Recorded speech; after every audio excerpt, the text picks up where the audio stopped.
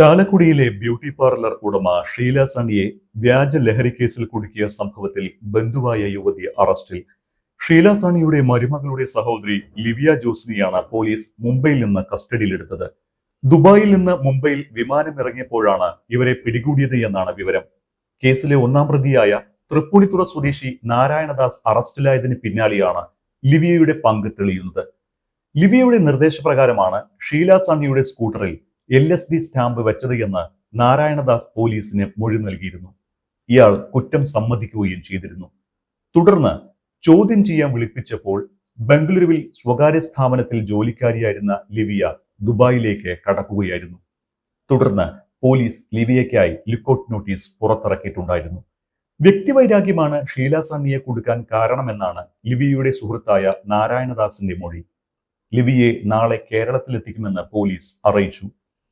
ബംഗളൂരുവിൽ വെച്ച് ആഫ്രിക്കക്കാരിൽ നിന്നാണ് ലിവിയ ഒറിജിനലാണ് എന്ന് ഉറപ്പിച്ച് LSD സ്റ്റാമ്പുകൾ വാങ്ങിയതും ഷീല സണ്ണിയുടെ ബാഗിൽ വെച്ചതും. എന്നാൽ പോലീസ് പരിശോധനയ്ക്ക് ശേഷമാണ് തങ്ങൾ വാങ്ങിയത് വ്യാജ LSD സ്റ്റാമ്പുകളാണ് എന്ന് ഇവർ അറിയുന്നത്. സഹോദരിക്ക് അമ്മായിയമ്മയായ ഷീലയിൽ നിന്നുണ്ടായ അവഗണനയുടെ പ്രതികാരമായിട്ടാണ് ലിവിയ ഇങ്ങനെ ചെയ്തത് എന്നാണ് നാരായണദാസിന്റെ മൊഴി. ലിവിയെ ചോദ്യം ചെയ്തതിനു ശേഷം മാത്രമേ ഈ സംഭവത്തെക്കുറിച്ച് കൂടുതൽ വിവരങ്ങൾ ലഭ്യമാകൂ എന്നാണ് പോലീസ് പറയുന്നത്.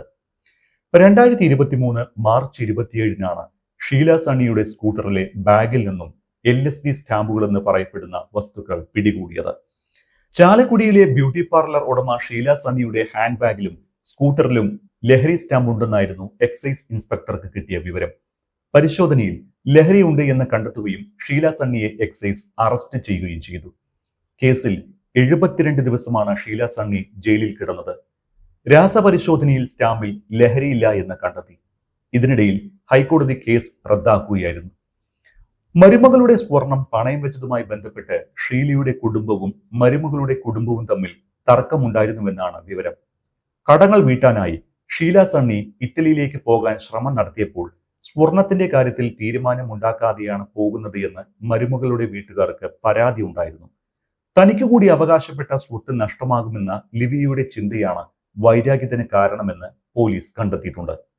സഹോദരിക്ക് അമ്മായിയമ്മയിൽ നിന്ന് നേരിട്ട അവഗണനയുടെ പ്രതികാരവും കൂടി ഇതിന് പിന്നിലുണ്ട് എന്നാണ് പോലീസ് സംശയിക്കുന്നത്. തുടർന്ന് ഷീലയുടെ യാത്ര മുടക്കാൻ ആസൂത്രണം ചെയ്ത് നടപ്പാക്കിയതായിരുന്നു ഈ ലഹരി കേസ്.